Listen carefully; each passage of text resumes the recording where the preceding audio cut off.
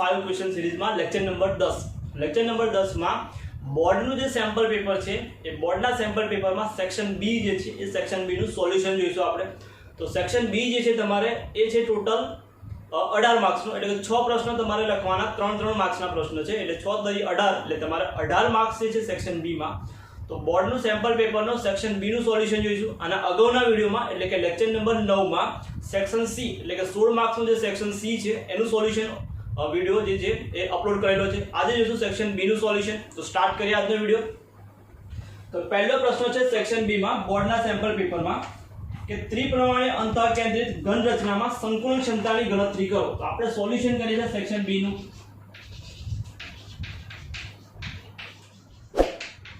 Section B कयो तो board sample paper 2021 blueprint साथे तमने आपेलू छे. ए पेपर नो आपणे सोल्यूशन करिए छे. एमां सेक्शन बी आपणे आज सॉल्व करीशुं, जेमां 8 प्रश्नो छे, सॉरी 9 प्रश्नो छे. ए 9 प्रश्नों आपणे अहींया सोल्यूशन करीशुं. तो पहलो प्रश्न छे 13 नंबरनो, ए छे के त्रिप्रमाणीय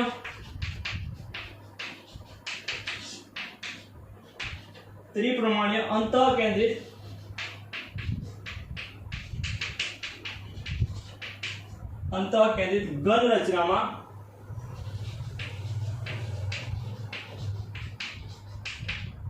घन रचना में संकुलन क्षमता की गणतरी करो.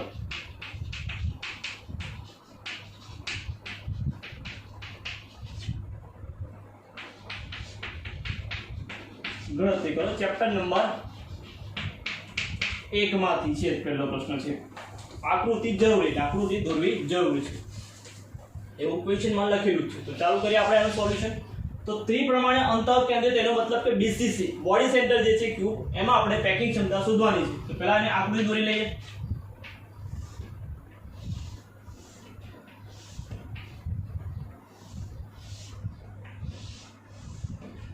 तो એની આકૃતિ દોરી લઈશું. ઘટક કણો બીસીસી એટલે કે અંતઃકેન્દ્રિત માં ઘટક કણો ખૂણા અને કેન્દ્રમાં હોય. એક ઘટક છે કેન્દ્રમાં હશે આ રીતે. બીજો ઘટક કણ લઈ લઈએ આપણે, આ ખૂણાનો ઘટક કણ લઈ લઈએ. ત્રીજો ઘટક કણ આ ખૂણાનો લઈ લઈએ. અહીંથી આ ખૂણો અને આ ખૂણાને જોડી દઈએ. આ જે લાઈન છે એને કહેવાશે અંતઃવિકર્ણ કહેવાશે. આ જે લાઈન બની એ લાઈનને કહીશું આપણે અંતઃવિકર્ણ. ઇંગ્લિશમાં બોડી ડાયગોનલ કહેવાશે અંતઃવિકર્ણ. પછી જોડી દઈએ આપણે ફલક વિકર્ણ દોરી દઈએ. ત્રિકોણ બનાવી દઈએ આપણે એ, આને નામ આપીએ બી અને સી, અથવા તો આપણે એવું કરી દઈએ એને અને એ રાખીએ એ બી અને સી, આને નામ આપીએ ડી. પરમાણુ ત્રિજ્યા આર, તો આની પણ આર હશે, આની પણ આર અને આની પણ આર. તો આપણો આ ઘન થઈ ગયો, એની આકૃતિ થઈ ગઈ. લખી નાખીએ કે ધારો કે એકમ કોષની ધારની લંબાઈ ए અને પરમાણ્ય ત્રિજ્યા r છે. ધારો કે એકમ કોષની લંબાઈ a, આ પણ એ ઉપર પણ એ હશે, આ પણ એ હશે, તો a છે. ધારની લંબાઈ અને પરમાણુ ત્રિજ્યા r છે. ત્રિકોણ, પહેલું ત્રિકોણ નીચે વાળું લઈએ આપણે. ત્રિકોણ ABC માં AC નો વર્ગ મારે શોધવો છે. તો AC નો વર્ગ બરાબર શું બનશે? તો AC નો વર્ગ બરાબર AB નો વર્ગ વત્તા BC નો વર્ગ. તો AC નો વર્ગ બરાબર AB નો વર્ગ વત્તા BC નો વર્ગ. AB ની કિંમત શું થાય? તો ધારની લંબાઈ છે એટલે a મૂકી દેવાનું. તો AB ની જગ્યા પર a નો વર્ગ વત્તા BC પણ શું છે? ધારની લંબાઈ છે એટલે ત્યાં પણ આવશે a નો વર્ગ. એટલે કે AC નો વર્ગ बराबर a નો વર્ગ વત્તા a નો વર્ગ એટલે 2a નો વર્ગ થાય. તો 2a નો વર્ગ એટલે AC વર્ગની કિંમત મળી આપણને 2a નો વર્ગ. હવે BC શું છે આપણી જોડે? BD જે છે. ત્રિકોણ લઈ લે, બીજું ત્રિકોણ BDA. ત્રિકોણ આપણે બદલાશે. આ ત્રિકોણ ACD લઈ લે. ત્રિકોણ AC અને DACD. એમાં આપણે શોધવું છે CD. तो CD નો વર્ગ बराबर CD નો વર્ગ બરાબર AD નો વર્ગ વત્તા AC નો વર્ગ. CD નો વર્ગ બરાબર AD નો વર્ગ, એટલે CD નો વર્ગ બરાબર AD નો વર્ગ વત્તા AC નો વર્ગ. AD નો વર્ગ એટલે કે ત્રિજ્યા ધારની લંબાઈ થશે 1, એટલે AD નો વર્ગ બરાબર 1 વત્તા AC નો વર્ગ. AC નો વર્ગ એટલે કે આ થશે અંદર વાળું. AC નો વર્ગની AC ની વર્ગની કિંમત મળી છે ડાયરેક્ટ આપણે 2a, મૂકી દે 2a નો વર્ગ, એટલે 2 ને 1 3a નો વર્ગ, 2 ને 3. CD શોધવું તો CD બરાબર સામે થઈ જાય વર્ગમૂળ, એટલે 3a નો વર્ગ.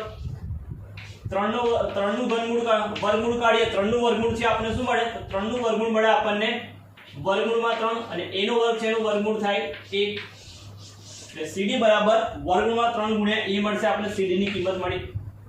હવે CD શું છે? તો CD છે અંતઃવિકર્ણ છે. CD શું છે? તો CD એ અંતઃવિકર્ણ છે.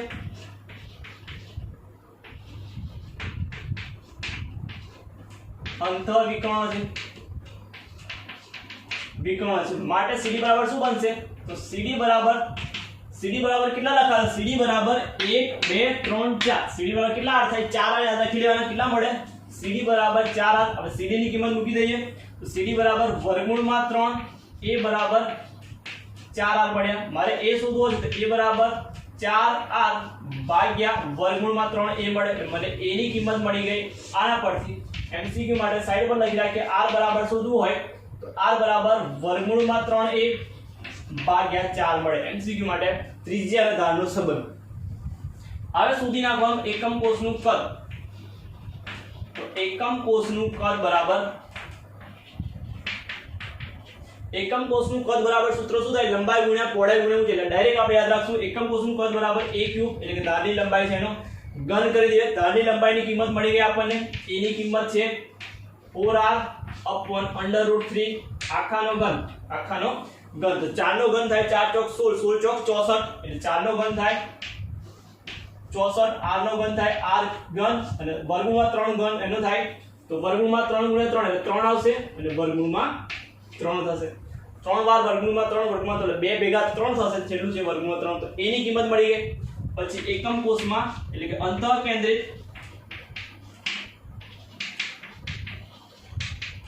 સમઘનમાં અથવા ઘનમાં પરમાણુની સંખ્યા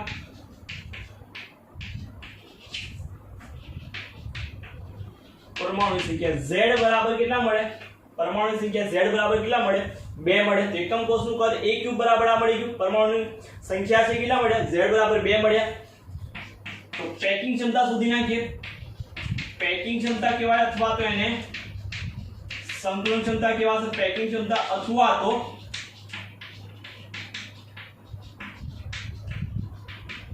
પેકિંગ ક્ષમતા અથવા સંતુલન ક્ષમતા બરાબર સૂત્ર શું થાય?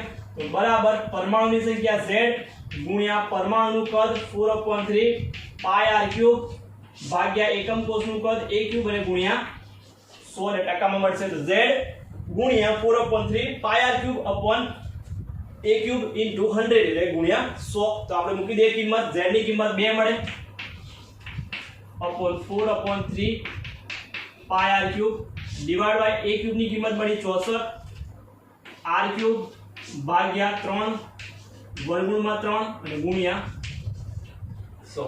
કટ કરી નાખીએ આપણે. તો 4 દુ 8 એટલે * 64, r ક્યુબ કેન્સલ, 3 નીચે કેન્સલ, 3 નીચે કેન્સલ. તો બાકી રહ્યું કે પાઈ રહ્યા ગુણ્યા 100 રહ્યા. પાઈ ગુણ્યા 100 એટલે √3 એટલે વર્ગમૂળમાં 3 ઉપર જતા રહેશે, એટલે આપણે બચ્યું શું? તો અહીં સાઈડ પર લખું છું. તો વર્ગમૂળમાં 3 ઉપર આવશે ગુણ્યા 100 ને ગુણ્યા પાઈ ભાગ્યા 8 એટલે 1.722 ગુણ્યા 3.14 ગુણ્યા 100 કરીશું ભાગ્યા 8 કરશો.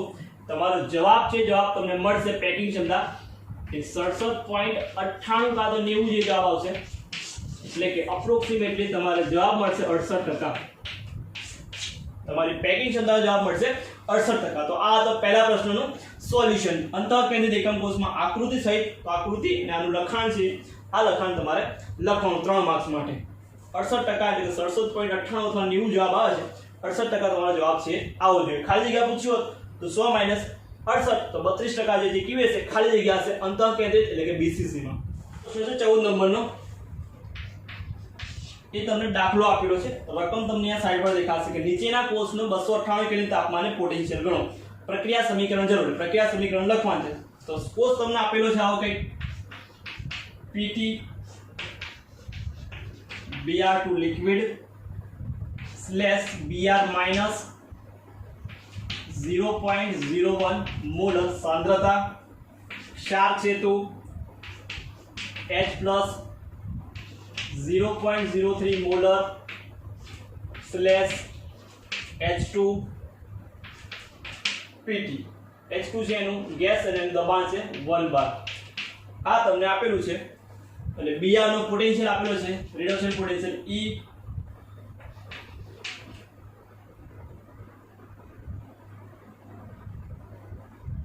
Br2 Br minus બરાબર 1.09 વોલ્ટ. તમને આટલું આપેલું છે અને એના પરથી તમારે જે છે એ કોષ છે, કોષનું E0 cell E cell potential ગણવાનું છે એટલે E સેલ શોધવાનો છે.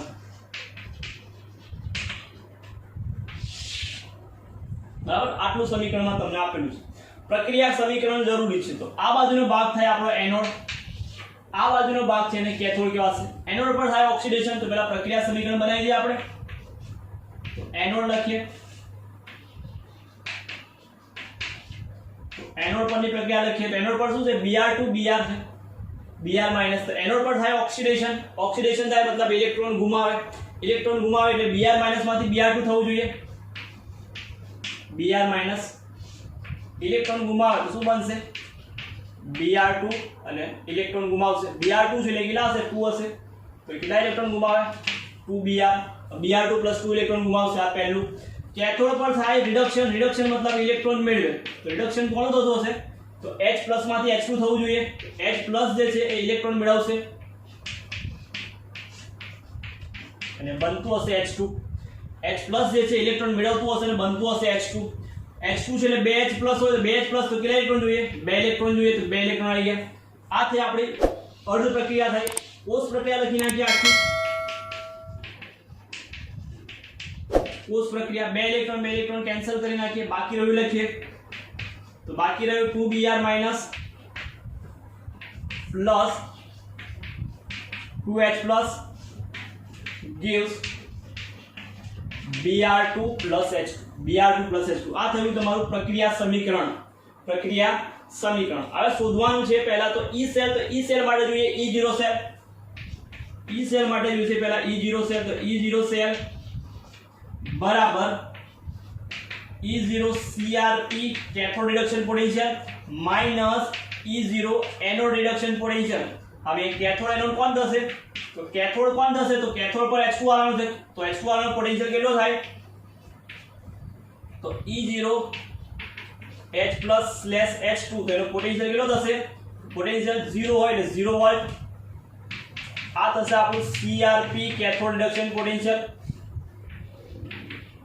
એનોડ પર થાય ઓક્સિડેશન, ઓક્સિડેશન વાળું છે તેનું થશે શું? તો Br2 રિડક્શન પોટેન્શિયલ લખું છે Br2 / Br. એનો પોટેન્શિયલ તમને આપેલો છે +1.09 વોલ્ટ. આ શું થશે? આ થશે આપણું ARP oxidation reduction potential. Oxidation reduction potential. તો CRP 0 અને ARP છે 1.09 વોલ્ટ એનોડ રિડક્શન પોટેન્શિયલ. તો શોધી નાખીએ, કિંમત મૂકી દઈએ. CRP ની વેલ્યુ 0, ARP ની વેલ્યુ 1.09 એટલે કે -1.09 વોલ્ટ તમને E સેલ ની કિંમત મળશે.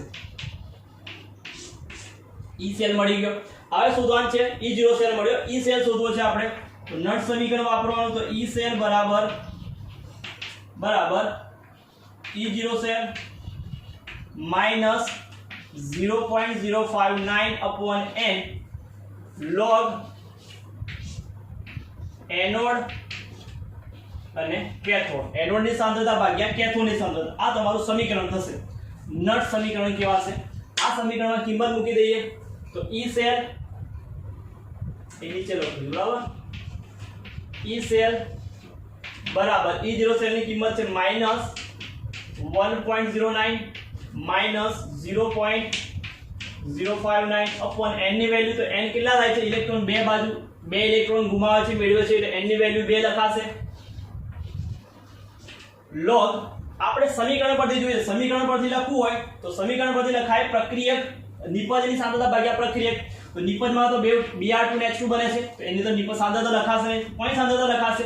આની સાંદ્રતા લખાશે. એટલે કે નીચે આવશે આપણે ઉપર લખાશે 1, નીચે આવશે Br માઈનસ ઉપર આવશે 2 કેમ કે આગળ લખેલા છે 2 અને H ની સાંદ્રતા પણ આવશે એટલે H એની સાંદ્રતા પણ એની આગળ પણ લખેલો કોએફિશિયન્ટ 2. આ સમીકરણ બનશે. મેઈન વસ્તુ અહીં છે તમારી કે આ સમીકરણ બનાવતા તમને આવડવું જોઈએ. સમીકરણ પરથી જે વેલ્યુ મૂકવાની છે સમીકરણમાં તો 2 છે એટલે 2 ઘાતમાં આવશે 2h પ્લસ આ બંનેની સાંદ્રતા કોન્સ્ટન્ટ ગણી લેવાની છે. H2 ગેસ તો 1 બાર પ્રેશર છે ને Br2 ની સાંદ્રતા લિક્વિડ છે તો લિક્વિડની સાંદ્રતા કેટલી ગણાય 1 ગણીને આગળ કન્સિડર કરવાનું છે. તો કિંમત મૂકી દે જાવ, કિંમત મૂકી દે સાંદ્રતાની પણ 1.09 ડિવાઇડ કરી નાખે 0.059 ને 0.059 ડિવાઇડ બાય 2 કરશો એટલે તમારો જવાબ છે આવશે 0.0295 log Br2 ની સાંદ્રતા તમને આપેલી છે 0.01 એટલે 0.01 એનો વર્ગ ગુણ્યા H+ ની સાંદ્રતા આપી છે 0.03 એનો વર્ગ. તો પહેલા આવું આવું રહેશે પહેલા તો 1.09 માઈનસ 0.029 log 0.01 નો વર્ગ કરી નાખીએ 0.01 એનો વર્ગ કરીએ 0.01 નો વર્ગ તમને મળશે 0.001 ગુણ્યા 0.03 નો વર્ગ કરીએ 0.03 ગુણ્યા 0.03 એટલે તમને મળશે જવાબ 0.09. હવે આનો બેનો ગુણાકાર કરી નાખીએ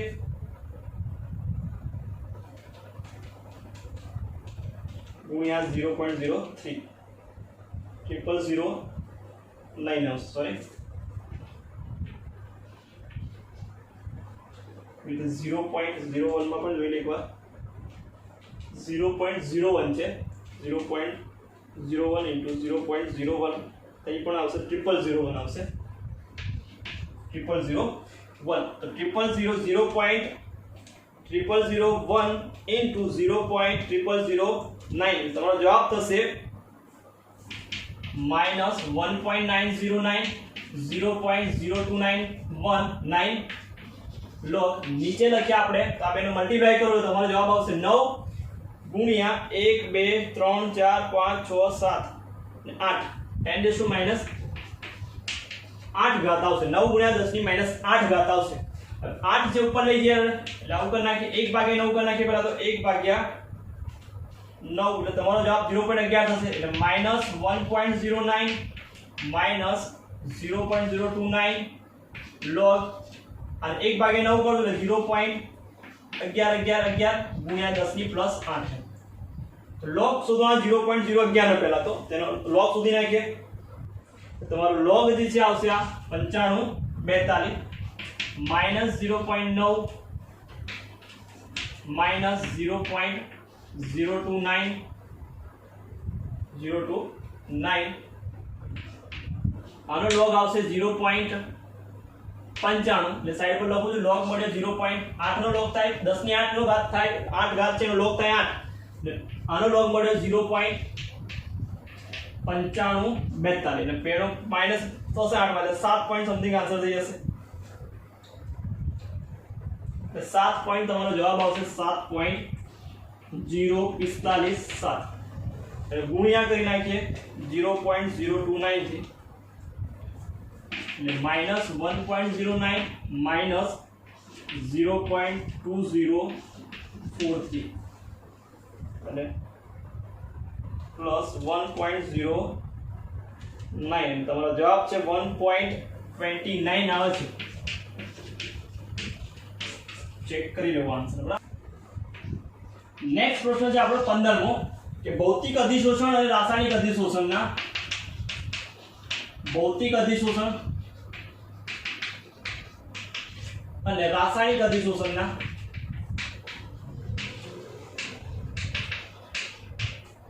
શોષણની સરખામણીના 6 મુદ્દા લખો.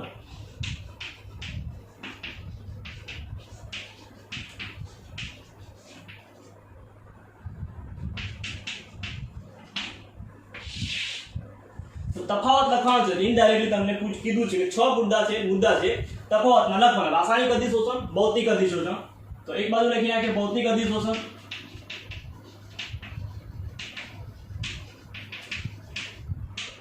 અને બીજી બાજુ લખી નાખીએ આપણે રાસાયણિક અધિશોષણ.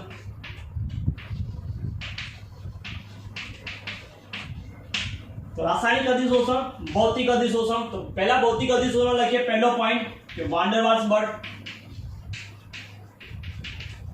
વાન ડર વાલ્સ આકર્ષણ બળ. આમાં કયું બળ આવશે? તો આમાં રાસાયણિક બળ જોવા મળે, તો રાસાયણિક બંધન. તો પહેલો પોઈન્ટ એનો આકર્ષણ અથવા તો બળ જે છે વાન ડર વાલ્સ ને આમાં રાસાયણિક બંધન આવશે. પછી આવશે પહેલો તો સ્વભાવે વિશિષ્ટ નથી, સ્વભાવે વિશિષ્ટ નથી. તો આ કેવું છે? સ્વભાવે વિશિષ્ટ છે, સ્વભાવે વિશિષ્ટ છે. બીજો પોઈન્ટ યાદ રાખજો પ્રતિવર્તી. તો આ કેવું છે? પ્રતિવર્તી છે. પ્રતિવર્તી તો આ છે અપ્રતિવર્તી છે, અપ્રતિવર્તી, પ્રતિવર્તી, અપ્રતિવર્તી. ચોથો પોઈન્ટ યાદ રાખી લેશું એની અધિશોષણ એન્થાલ્પી.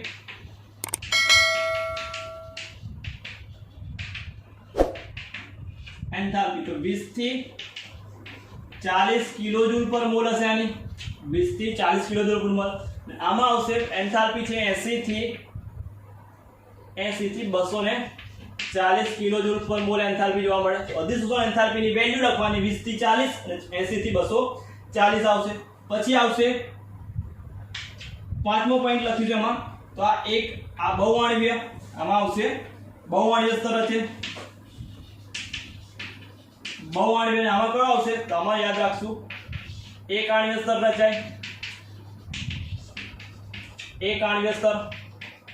તો પાંચમો પોઈન્ટ એનું એક આણ્વીય અને બહુઆણ્વીય સ્તર છે, યાદ રાખી લઈશું.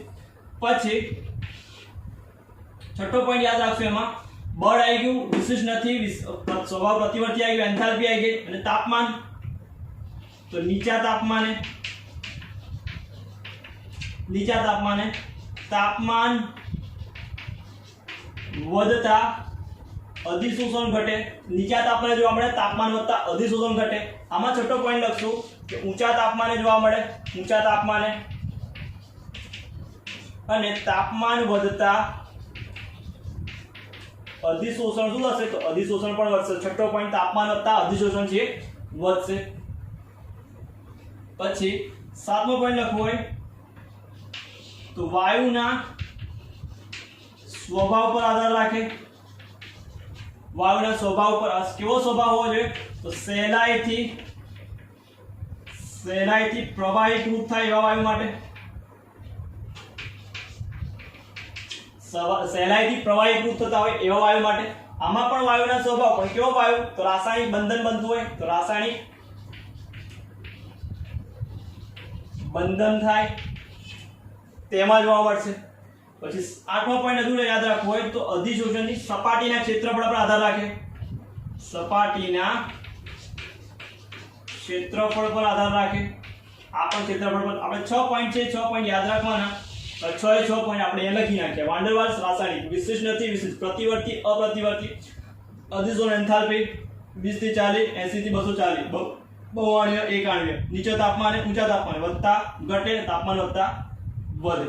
પછી સ્વાભાવિક વાયુના સ્વભાવ પર આધાર રાખે, સહેલાઈથી પ્રવાહીકૃત થાય. આમાં અધિશોષણ અધિશોષિત વખતે શું બનવું જોઈએ? રાસાયણિક બંધ બનવું જોઈએ. હજુ એક પોઈન્ટ લખવો હોય સપાટીના ક્ષેત્રફળ પર આધાર રાખે, સપાટીના ક્ષેત્ર. હજુ એક પોઈન્ટ આવશે આમાં સપાટીના ક્ષેત્રફળ. પછી રહ્યું સક્રિયકરણ ઊર્જા. તો આમાં સક્રિયકરણ ઊર્જાની જરૂર પડતી નથી, આમાં સક્રિયકરણ ઊર્જાની જરૂર પડે છે. તો આ તમારા 6 પોઈન્ટ લખવાના હતા, એમાંથી આપણે 8 પોઈન્ટ જે છે જોયા. નેક્સ્ટ પ્રશ્ન છે એના પછીનો પ્રશ્ન નંબર 16. તો પ્રશ્ન નંબર 16 માં તમને આપેલું છે કે નીચેની પ્રક્રિયા માટે સંતુલિત સમીકરણ લખો. પ્રક્રિયાઓ માટે સંતુલિત સમીકરણ લખો. પ્રશ્ન નંબર 16. તો પહેલી પ્રક્રિયા છે પોટેશિયમ પરમેંગેનેટની બનાવટ. પોટેશિયમ મેંગેનેટની બનાવટ.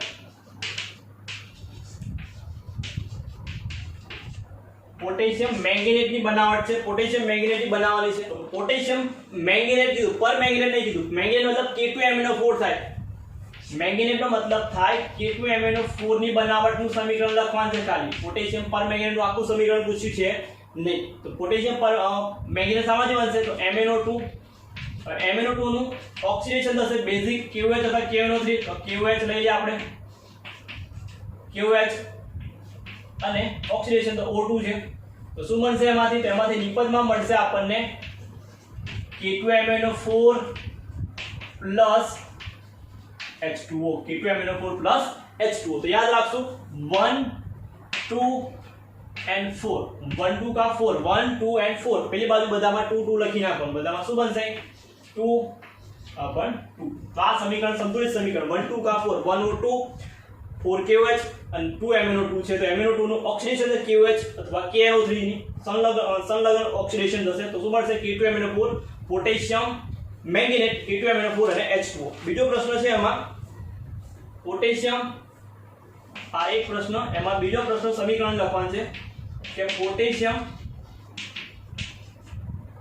પર મેંગેનેટની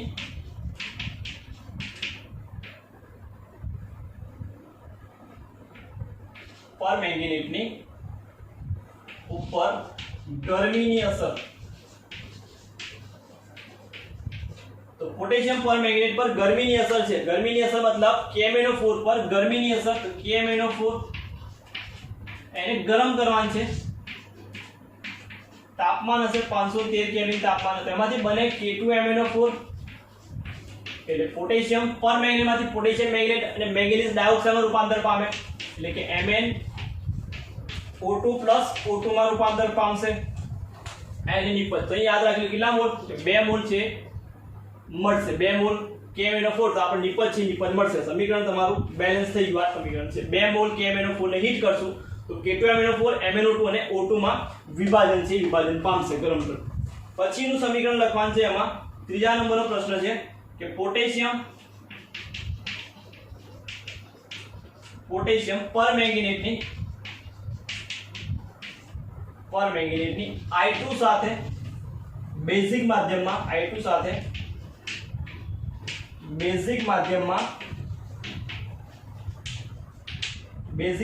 પ્રક્રિયા લખો. તો બેઝિક માધ્યમ એની પ્રક્રિયા કરવાની છે. તો બેઝિક માધ્યમમાં પર મેંગેનેટ તો આવશે MnO4 minus plus I2 minus I2 plus આવશે H2O. તો MnO4 નું બેઝિક માધ્યમમાં પ્રક્રિયા બનશે MnO2. તો MnO4 માંથી પહેલા તો મળશે MnO2. I2 નું યાદ રાખશું IO3 આયોડાઇડ માં રૂપાંતર પામશે. આયોડાઇડ I-3 અને છૂટું પડશે OH-. તો સમીકરણ બેલેન્સ કરવાનું યાદ રાખશું 2Mn 2 મોલ I2 કેટલા છે? 2 છે તો અહીં કેટલા આવશે? 2 આવશે. અને ઓક્સિજન છે બેલેન્સ કરશું એ કેટલા થશે? તો 2 છે તો 2 OH. તો આ સમીકરણ થશે તમારું સંતુલિત. તો 2 મોલ MnO4 માઈનસ નું I2 પ્લસ H2O હશે. સોરી H2O જોડે પ્રક્રિયા થાય તો નિપજમાં MnO2 plus 2I O3 minus અને આઉટલેટ હશે ને OH માઈનસ છે છૂટું પડશે. તો આ તો પ્રશ્ન નંબર 16 નો 3 પ્રશ્નના જવાબ 3 સમીકરણ લખવાના અને 3 માર્ક્સ છે હતા. નેક્સ્ટ પ્રશ્ન આપણે 17 નંબરનો. પ્રશ્નમાં છે કે CrNH3 6+3 અનુચુંબકીય છે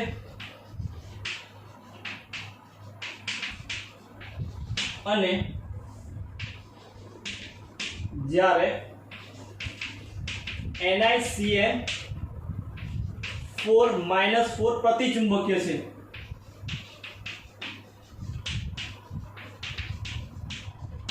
ચુંબકીય કારણ આપી સમજાવો.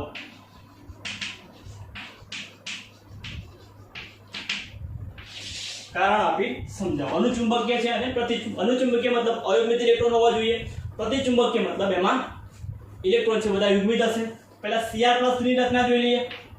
તો Cr+3 આ Cr જે છે CrNH3 6 ઉપર છે +3. આ Cr નો ઓક્સિડેશન નંબર, Cr ને પહેલા ઇલેક્ટ્રોન રચના તો ક્રોમિયમ ને 24 થાય. પરમાણુ ક્રમાંક ઇલેક્ટ્રોન રચના લખવાની. R1 કમ્પ્લીટ 3D અપવાદ રૂપ છે 51 યાદ રાખો. 3D અને 4s1 3d5 4s1. Oxidation number શોધવો હોય તો ઓક્સિજન નંબરમાં શોધ્યો તો આ Ni નું થાય 0. તો કેટલો રૂપ પર 3 રહ્યા તો ઓક્સિજન નંબર ડાયરેક્ટ લખી નાખો +3 હશે.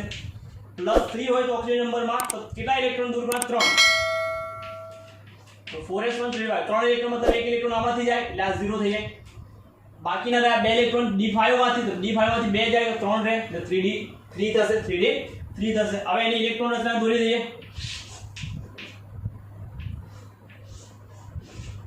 તો 1 2 3 4 અને 5 આ આપણી 3d કક્ષક અને આ છે 4s કક્ષક અને આ થશે આપણી 4s અને આ. હવે ઇલેક્ટ્રોન રચના કરીએ. 3 ઇલેક્ટ્રોન છે તો 1 2 અને 3. Cr માં સંકરણ માટે 2 કક્ષક 6 છે તો 6 કક્ષક NH3 જે છે 6 ઇલેક્ટ્રોન આપશે તો 1 2 3 4 5 અને 6 કક્ષક તો અવેલેબલ છે એટલે યુગ્મીકરણની જરૂર છે નહીં, એટલે માટે યુગ્મીકરણ થશે. તો કઈ કક્ષક ભાગ લેશે? તો આટલી કક્ષકો ભાગ લેશે. કઈ તો D2S અને P ની 3 તો D2sp3 કક્ષકો ભાગ લેશે. એટલે આની સંકલન લખી નાખીએ તો D2sp3 બનશે એટલે મતલબ કે સંયોજન આપણું Cr NH3 6 + 3. હવે એનું સંકલન લખવું હોય તો લખાશે અહીં 3d તો 3d કેટલી 3 લખી નાખીએ 1 2 અને 3 તો 1 2 અને 3 બાકી રહ્યું તો આ d ની 2 s ની 1 અને p ની 3 કક્ષકો આવી. આ સંકલન કક્ષકો થઈ જેને આપણે d2 sp3 સંકૃત કક્ષકો કહીશું. sp3 સંકૃત કક્ષકો NH3 6 છે તો 6 ઇલેક્ટ્રોન પેર છે, યુગ્મ છે, દાન કરશે NH3 તો NH3 ના ઇલેક્ટ્રોન લખી નાખીએ આ રીતે ક્રોસ થી 1 2 3. આ બધા શું હશે તો NH3 ઇલેક્ટ્રોન આપ્યા હશે. એક NH3 અહીં NH3 અહીં પણ NH3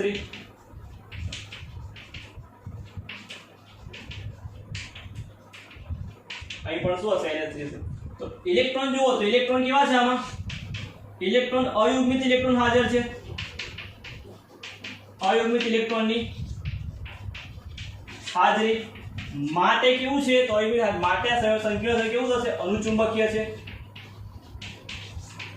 અનુચુંબકીય તો આ થયું અનુચુંબકીયનું કારણ. હવે લઈએ Cn વાળામાં જોઈએ પ્રતિચુંબકીય તો અનુચુંબકીય તો અયુગ્મિત ઇલેક્ટ્રોન 3d કક્ષકમાં 3d માં અયુગ્મિત ઇલેક્ટ્રોનની હાજરી માટે કેવું થશે? અનુચુંબકીય સંકલન કીધું તો D2sp3. હવે ni નું દોરી લઈએ. ni CN4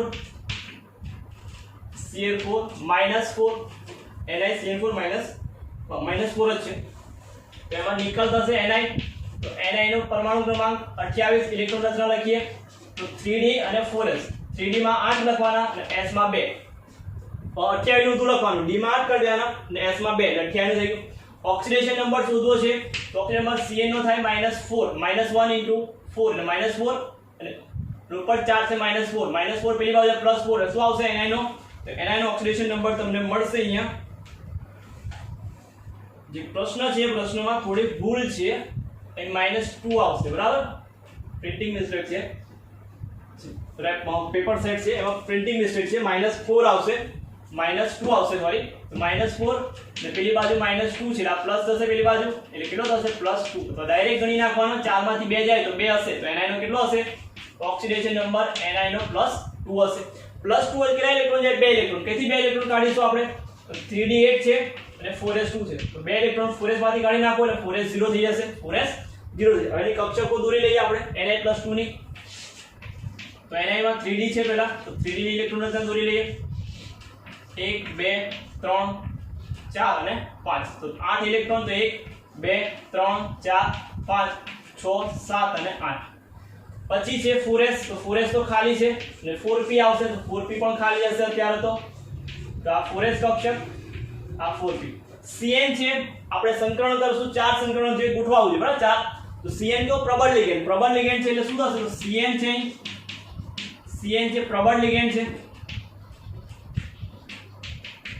લિગેન્ડ એટલે શું થશે તો 3d માં ઇલેક્ટ્રોનનું યુગ્મીકરણ થશે. ઇલેક્ટ્રોનનું યુગ્મીકરણ થાય એનો મતલબ કે d જે કક્ષક છે 3d એમાં ઇલેક્ટ્રોન બધા પેરમાં ગોઠવાઈ જશે 1 2 3 4 તો બધા આ ઇલેક્ટ્રોન કઈ જશે અહીં આવી જશે એટલે આવું થઈ જશે 1 2 તો હતા જ અહીં પણ 2 હતા અહીં 2 હતા પણ અહીં કઈ આ થઈ જશે પેરિંગમાં તો પેરમાં ગોઠવાઈ ગયા.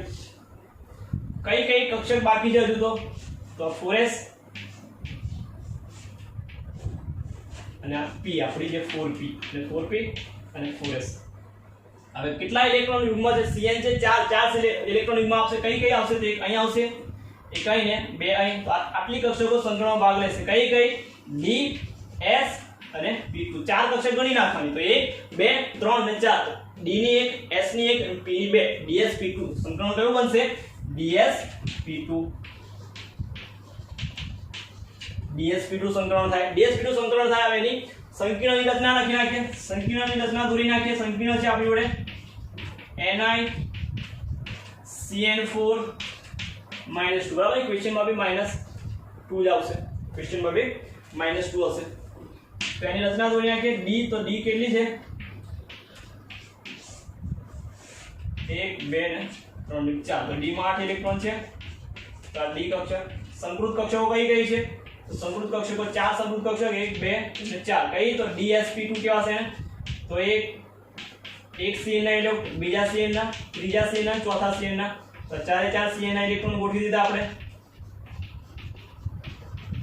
તો જોઈ લઈએ. તો બધા ઇલેક્ટ્રોન યુગ્મિત છે. બધા જ ઇલેક્ટ્રોન યુગ્મિત ઇલેક્ટ્રોનની હાજરી માટે કેવું છે? તો પ્રતિચુંબકીય લખાશે. બધા જ ઇલેક્ટ્રોન યુગ્મિત છે. બધા જ ઇલેક્ટ્રોન યુગ્મમાં હાજર છે, કપલમાં હાજર છે. માટે કેવું કહેવાશે? પ્રતિચુંબકીય ગુણધર્મ થશે. પ્રતિચુંબકીય અનુચુંબકીયના લખ્યું કારણ સમજાવો. તો બધા ઇલેક્ટ્રોન યુગ્મિત છે, પ્રતિચુંબકીય અયુગ્મિત ઇલેક્ટ્રોન છે, માટે અનુચુંબકીય. તો આ તો પ્રશ્ન નંબર 17 નું સોલ્યુશન. નેક્સ્ટ પ્રશ્ન નંબર 18 માં તમને આપ્યું છે ઇથાઇલ ક્લોરાઇડની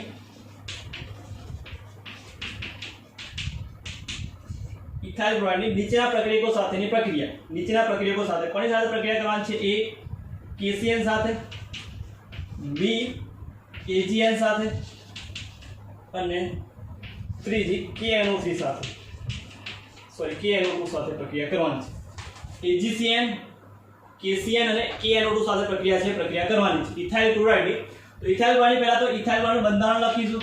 ઇથાઇલ ક્લોરાઇડની પ્રક્રિયા ઇથાઇલ એટલે CH3 CH2 Cl. અને ઇથાઇલ ક્લોરાઇડ કેવા છે?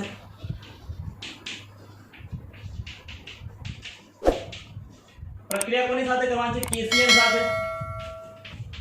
તો KCN સાથે પ્રક્રિયા થાય તો સાયનાઇડ બને. એટલે શું મળશે? તો CH3 CH2 Cn અને KCl છે દૂર થશે. તો આ મળ્યું આપણને પ્રોપેન નાઇટ્રાઇલ કેવા છે? Propane nitrile. તો પહેલી નિપજ આપણે પ્રોપેન નાઇટ્રાઇલ મળશે KCN સાથે. બીજી પ્રક્રિયા કરવાની છે AgCN સાથે. તો CH3 CH2 Cl પ્રક્રિયા કરીશું AgCN સાથે. બરાબર. પ્રક્રિયાવાળું જે લેક્ચર છે એમાં થોડી મિસ્ટેક થઈ ગઈ છે મારાથી. કે AgCN ની પ્રક્રિયા અને KCN ની પ્રક્રિયામાં નિપજ છે ઊંધી લખાઈ ગઈ. તો ચેક કરી લેજો તમે ત્યાં. તો AgCN સાથે પ્રક્રિયા કરું તો શું મળશે? ઊંધું મળશે, આઇસોસાઇન મળશે. એટલે CH3 CH2 Cn ની જગ્યા પર બનશે આઇસોસાઇન, NC બનશે N ટ્રિપલ બોન્ડ C અને AgCl છે છૂટું પડશે. AgCl છે છૂટું પણ આ નિપજ મળશે. અને આઇસોસાઇન કહેવાશે અથવા ઇથાઇલ આઇસોસાઇનાઇડ. ઇથાઇલ આઇસોસાઇનાઇડ. ઇથાઇલ આઇસોસાઇનાઇડ. પછીની પ્રક્રિયા છે ત્રીજો નંબર લખવાનો છે. KNO2 સાથે પ્રક્રિયા કરવાની છે. CH3 CH2 Cl KNO2 સાથે પ્રક્રિયા કરવાની છે. તો નિપજમાં મળે છે તમને CH3 CH2 NO2 nitroethane plus KCl જે છૂટું પડશે તો નાઇટ્રોઇથેન કહેવાશે.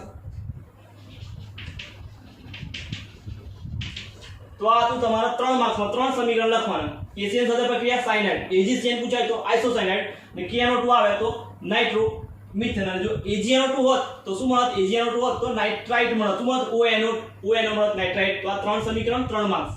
નેક્સ્ટ પ્રશ્ન છે 17 પછી 18 પછી 19મા નંબરનો. એમાં તમારે ઇથેનોલની બનાવટ માટેના સમીકરણ લખવાના છે. ઇથેનોલની કે નીચેના સંયોજનમાંથી ઇથેનોલની બનાવટ માટેના પ્રક્રિયા સમીકરણ લખો. પહેલું સંયોજન છે પ્રોપીનમાંથી બનાવવાનું છે આપણે. પ્રોપીનમાંથી બનાવવાનું છે. પ્રોપીનનું એટલે બંધારણ લખીએ પહેલા. પ્રોપીન એટલે CH3 CH double bond CH. આની કહેવાય પ્રોપીન. પ્રોપીનમાંથી મારે ઇથેનોલ એટલે કે બનાવવાનું છે આવું CH3 CH બનાવવું છે આવું સંયોજન છે મારે જોડાવું. કઈ પ્રક્રિયા કરવી પડશે તો આલ્ડીહાઇડની બનાવટ જે 11મા ધોરણમાં પણ તમે ભણી રહ્યા હતા, આલ્કીનમાંથી ઇથેનોલ બનાવવું હોય તો એનું ઓઝોનીકરણ કરવું પડે. એટલે આ પ્રોપીનનું શું કરવું પડશે? ઓઝોનીકરણ. એટલે ઓઝોનીકરણ માટે શું વપરાય? તો ઓઝોનની પ્રક્રિયા કરશું. તો ઓઝોનની પ્રક્રિયા એટલે CH3 CH ડબલ બોન્ડ જે તોડી નાખી, ઓક્સિજન CH2 નીચે બે ઓક્સિજન આ રીતે લખી નાખશું. આ થઈ ગયું ઓઝોનીકરણ. હવે આનું શું વિસ્થાપન નિપજ મળી, આને અહીંથી બ્રેક કરી નાખશું. પ્રક્રિયા કરશું Zn અને H2O સાથે, Zn અને H2O2 સાથે. તો નિપજમાં મળશે આપણને CH3 CH આ મળી ગયું ઇથેનોલ, અને બીજું પણ મળશે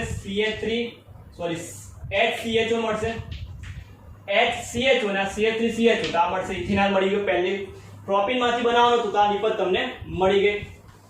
બીજું સંયોજન છે ઇથેન નાઇટ્રાઇડમાંથી. ઇથેન નાઇટ્રાઇડ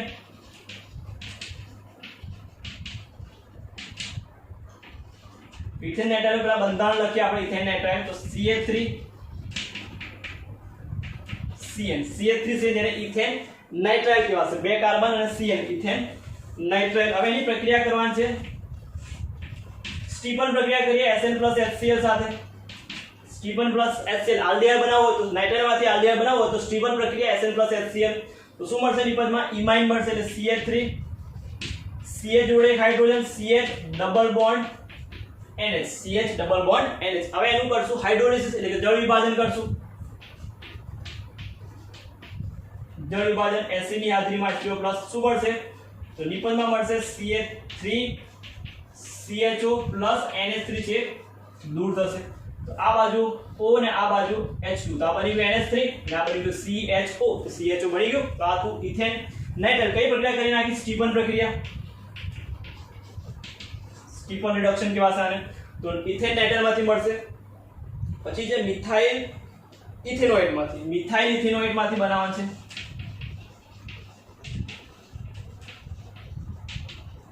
ઇથેનોઇડ મિથાઇલ ઇથેનોઇડ નું બંધારણ પહેલા તો લખી નાખીએ. તો મિથાઇલ ઇથેનોઇડ એટલે કે CH3 ઇથેનોઇડ એટલે COO.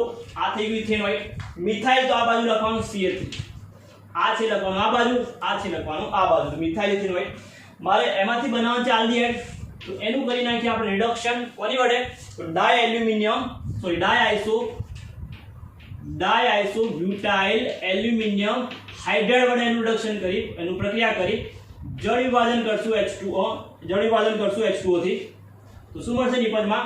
તો નિપજમાં મળશે એક આલ્ડીહાઇડ અને બીજું મળશે મિથેનોલ. એટલે આપણે અહીંથી મળશે આલ્ડીહાઇડ અને બીજી બાજુ મળશે મિથેનોલ. તો CH3 CHO અને બીજું મળશે CH3OH. તો આ થી તમારી પ્રક્રિયા સમીકરણ. અહીંથી મિથાઇલ ઇથેનોઇડમાંથી બનાવવાનું. તો ડાયઆઇસો બ્યુટાઇલ એલ્યુમિનિયમ હાઇડ્રાઇડ વડે પ્રક્રિયા કરી તો આલ્ડીહાઇડ અને બીજી બાજુ મિથેનોલ મળશે. નાઇટ્રાઇડમાંથી કરવું છે તો નાઇટ્રાઇડમાંથી શું જોઈશે? નાઇટ્રાઇડમાંથી સ્ટીફન પ્રક્રિયા Sn HCl સાથે પ્રક્રિયા કરશું. SN2Cl સોરી અહીં રિડક્શન કરી નાખ્યું આપણે. SnCl2 HCl આવશે. SnCl2 HCl stainless chloride HCl સાથે તો સ્ટીફન પ્રક્રિયા બનશે શું? ઇમાઇન સંયોજન. ઇમાઇન સંયોજનનું જળ વિભાજન કરશું તો આલ્ડીહાઇડ મળશે. અને ઓઝોનીકરણ કરીએ આલ્કીનનું તો આપણને આલ્ડીહાઇડ થી નિપજમાં મળશે. તો આ તો પ્રશ્ન નંબર 19 નું સોલ્યુશન. તો નેક્સ્ટ પ્રશ્ન છે આપણો સેક્શન બી માં 20 નંબરનો. નીચેના સંયોજનના IUPAC નામ લખો. નીચેના સંયોજનના IUPAC નામ લખવાનું છે. સંયોજન આપણા ત્રણ સંયોજન આપેલા છે. પહેલું સંયોજન છે જેનું ફોર્મ્યુલા છે C6H5NH CO CH2 CH3. C6H5NH CO CH2 CH3 એનું બંધારણ જોડી લે પહેલા તો C6H5 એટલે બેન્ઝીન નહીં, ઉપર NH CO CH2 CH3 CO CH2. તમારું નામ શું થશે? તો આની કઈ 1 2 3 કાર્બન પ્રોપેનામાઇડ કહેવાશે અને બેન્ઝીન છે ફિનાઇલ, તો એનું નામ થાય N-ફિનાઇલ પ્રોપેનામાઇડ. N-ફિનાઇલ પ્રોપેનામાઇડ આવશે પહેલાનું નામ. બીજું સંયોજન તમને આપેલું છે ત્યાં CH33CNH2 CnH2. હવે આનું બંધારણ દોરીએ તો એક કાર્બન એની જોડે NH2 છે અને આ કાર્બન જોડે 3 CH3 છે. CH3 તો કાર્બનની સંખ્યા વધુ થઈ ગઈ તો 1 2 ને 3 1 ને 2 થાય તો આપણે 3 વાળું લઈએ છીએ અહીંથી તો 1 2 બીજા પર NH2 બીજા પર CH3 તો શું નામ થાય તો 2 મિથાઇલ પેલા લખાશે 2 મિથાઇલ 3 કાર્બન તો પ્રોપેન બીજા પર એમાઇન તો પ્રોપેન 2 એમાઇન તો 2 મિથાઇલ પ્રોપેન 2 એમાઇન લખાશે 2 મિથાઇલ પ્રોપેન 2 એમાઇન થશે તો બીજાનો જવાબ ત્રીજો છે આપણી જોડે C6H5 CH2 NH2 તો આનું પણ બંધારણ જોઈએ તો બેન્ઝીન રિંગ ઉપર CH2 અને NH2 CH2 ને NH2 તો આનું નામ થશે ફિનાઇલ મિથેનામાઇન ફિનાઇલ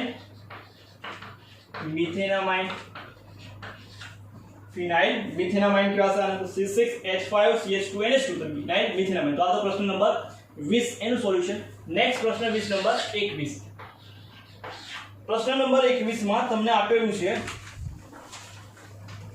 કે નીચેના સંયોજનની હાઇડ્રોજન આયોડાઇડ સાથેની પ્રક્રિયા લખવાની છે હાઇડ્રોજન આયોડાઇડ એટલે કે HI સાથે પ્રક્રિયા કરવાની છે એના સમીકરણ છે આપણે લખવાના છે પહેલી પ્રક્રિયા કરવાની છે 1 પ્રોપોક્સી પ્રોપેન 1 પ્રોપોક્સી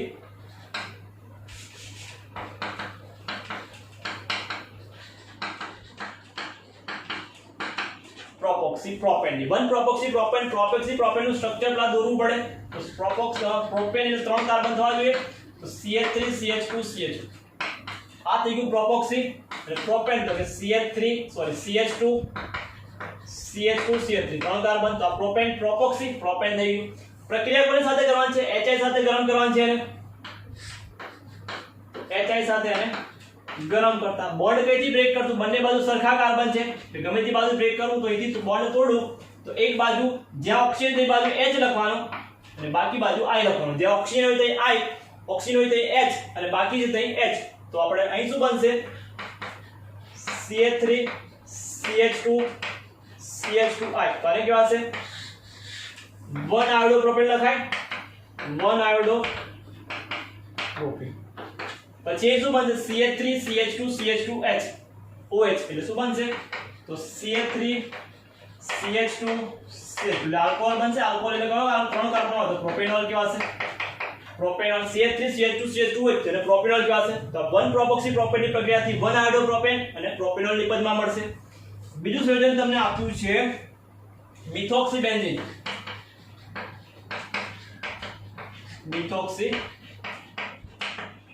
મિથોક્સી બેન્ઝીનનું પેલા બંધારણ જોઈએ મિથોક્સી બેન્ઝીન એટલે બેન્ઝીન રિંગ પર OCH છે મિથોક્સી બેન્ઝીન કહેવાય બેન્ઝીન રિંગ ઉપર OCH3 જેને આપણે મિથોક્સી બેન્ઝીન કહીશું અથવા તો એનું બીજું નામ કહેવું એનિસોલ કહેવાય પ્રક્રિયા કોની સાથે કરવાની છે તો પ્રક્રિયા કરવાની છે HI સાથે તો બંધ કયો તૂટશે તો બંધ આ બંધ નહીં તૂટે કયો બંધ તૂટશે અહીંથી બંધ તૂટશે O બાજુ H એટલે કાર્બન બાજુ I તો નિપજમાં શું પડશે બેન્ઝીન રિંગ ઉપર O અને H અને પેલો બાજુ બનશે CH3I બેન્ઝીન રિંગ પર હોય તો એને શું કહેવાય તો ફિનોલ કહેવાય અને CH3I એને શું કહેવાશે આયોડોમિથેન તો બેન્ઝીન રિંગ પર હોય બનશે અને પેલી બાજુ CH3I તો એને આયોડોમિથેન કહીશું ત્રીજું તમને આપેલું છે બેન્ઝાઇલ ઇથાઇલ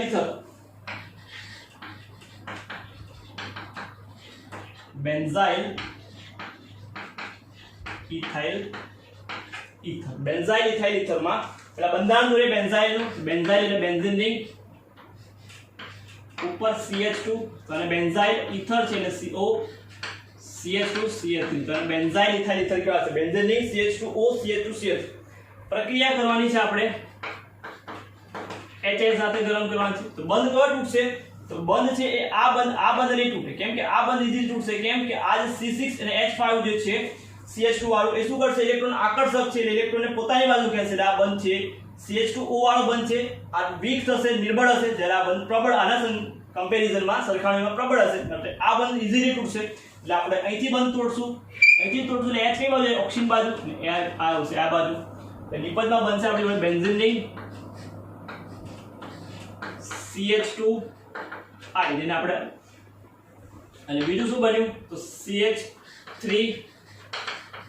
CH2 જેને આપણે ઇથેનોલ કહીશું ઇથેનોલ અને આ બીજી નિપજ છે એને કહેવાશે બેન્ઝાઇલ આયોડાઇડ